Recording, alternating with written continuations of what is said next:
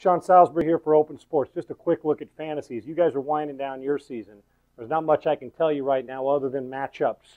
You got to look at matchups. You got to look at the San Diego Chargers and the Raiders. Even though the Raiders' secondary is good, the Chargers are in a position where they're not running the ball right now. Maybe it's Phillip Rivers who's going to give you those big, huge points.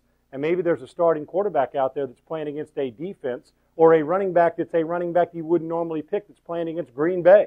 And if you're playing against Green Bay, pick them. I've said this before. Right now, it's more about matchups than waiver wire or who to start. You want to know who to start as we get to Friday and Saturday with injuries? All you got to do is email me to fantasy@opensports.com, and I'll do that for you.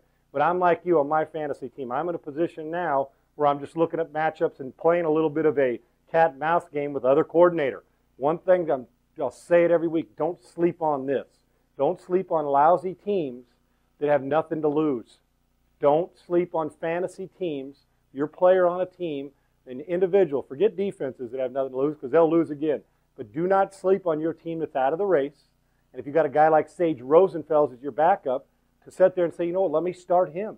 He may give me some big yards. Do not sleep on that because there's going to be some teams that are going to play it close to the vest as they try to get in the playoffs. So do not. And then look at it the other way. When a team gets to the point where they're clinching, the Giants, let's say in 2 more weeks they clinch home field advantage, just for talking's sake. Let's say they do. Then what? Then do you start resting Giants players and playing your backup from another team? Absolutely. But you fantasy owners know that. But look at matchups and do not sleep on the team that's out of it and has nothing to lose because they may open it up and do things you never thought a team would do. I'm Sean Salisbury for Open Sports. Good luck as we wind down the fantasy season.